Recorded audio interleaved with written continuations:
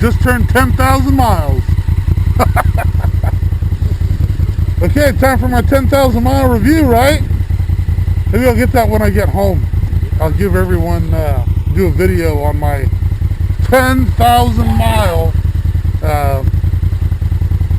on my KLR650.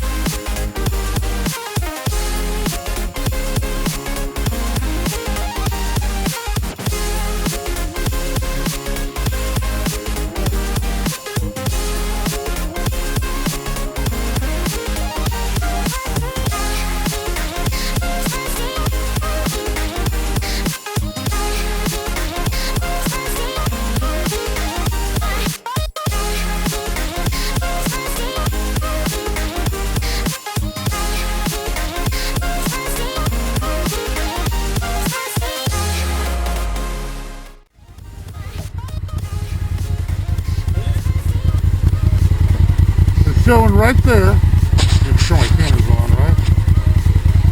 Just turned 10,000 miles. Okay, time for my 10,000 mile review, right? Maybe I'll get that when I get home. I'll give everyone, do a video on my 10,000 mile, on my KLR650. Oh, maybe now people can hear me. Let's see here. I can roll it up here a little bit more, see if I can get 10,000. Roll up there. There we go. Wait till the odometer hits 100, then you'll be proud. Well, it's going to roll way over, but still 10,000 miles. Brand new bike again. Huh? It'll be a brand new bike again. I know, right? Brand new bike. So anyways, it's been a good bike. Good bike. 10,000 miles. Haven't done anything to it except for put gas and change the oil and put some accessories, crash bars, phone holder, you know, skid plate, tires. Other than that, I haven't done a single thing to it. All right, let's go.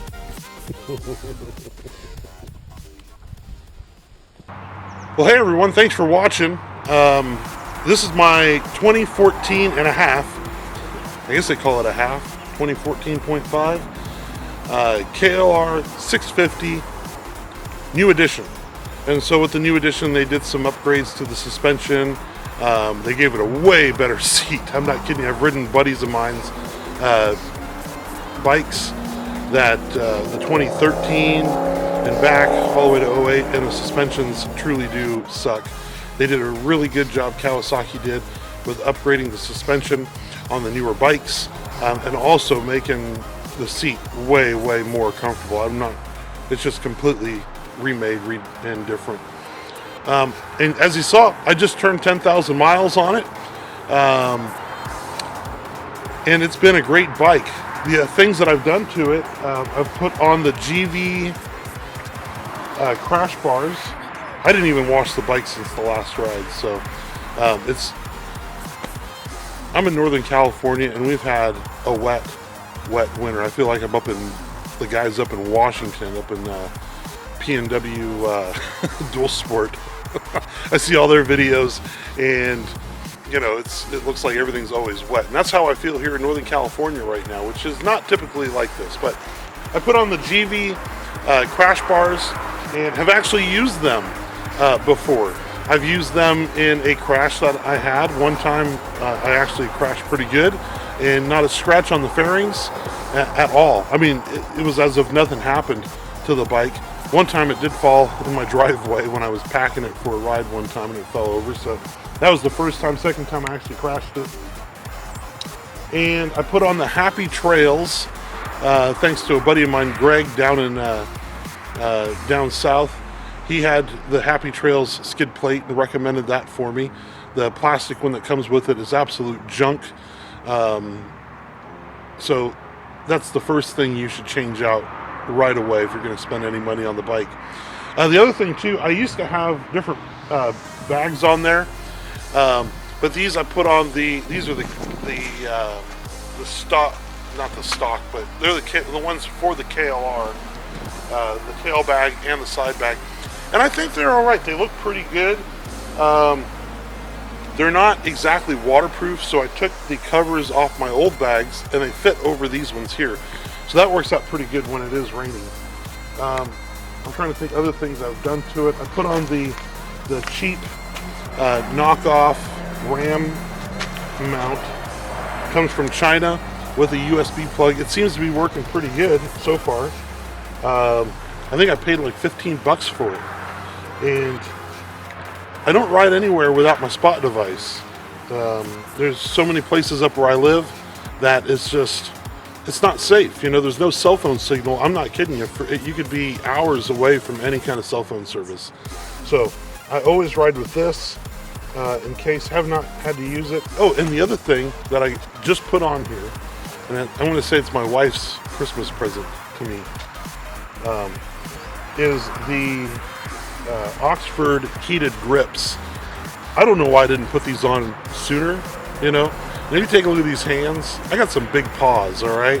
And the nice thing is that these are quite a bit bigger, and for me anyways, it's way more comfortable. But man, when it's cold, if you put them at 100%, it'll burn, my hands will burn through my gloves. So definitely get really hot really quick. I did put a 12 volt, another 12 volt USB plug on there. But let's see here, I got 10,122 miles on here now. I'm not kidding you. I have not done anything to this bike mechanically. It's completely stock with the same exhaust, everything. I haven't jetted the carb. I haven't done anything to the bike. I actually enjoy just having the bike stock. And so far, I mean, I put tires on it. I put, you know, the few extra things. I mean, things that you would expect, maintenance things. I put gas in it. I changed the oil. The air filter. Still the stock air filter, but you know, you just take it out and you clean it. It's real easy to clean. I did have to replace a bulb. My low beam bulb actually burned out probably about 3,000 miles ago. So that had to be replaced. And I'm trying to think what else I've done to the bike. Oh, I did put, one thing that I do is put this is my plug here that's wired to the battery for my battery tender, and then I can run a lot of my accessories, you know, my tire pump and stuff like that with it. So other than that, it's stock. It's been a great bike. I have not done a valve job on it yet. I know I'm probably going to have to do one pretty soon, but to me it's like, well, if it's not broke, you know, why go screwing with things? You know, it's not running weird. I don't hear any weird sounds. I don't know if that's a mistake or not, but that's just the way I've always done things. You know, it's like the minute I start thinking, hey, okay, it needs a valve job, I'll take it in and get a valve job or do it myself. The other thing too, what are you supposed to do on these things? Oh, the doohickey? No. Some people say you're supposed to do them. I've talked to people that have, you know, 50, 60,000 miles on their KLRs, the 08s and up, and haven't done them and haven't had any problems. You know, I guess they fixed the one piece, but the spring is still the weak point. I don't know. It's running great. Everything feels good on it, and that's about it. I'm still on the same chain. It's the original chain and the original sprocket. And it's still looking pretty good. I keep it lubed really good. You know, I use DuPont's. It's a Teflon spray.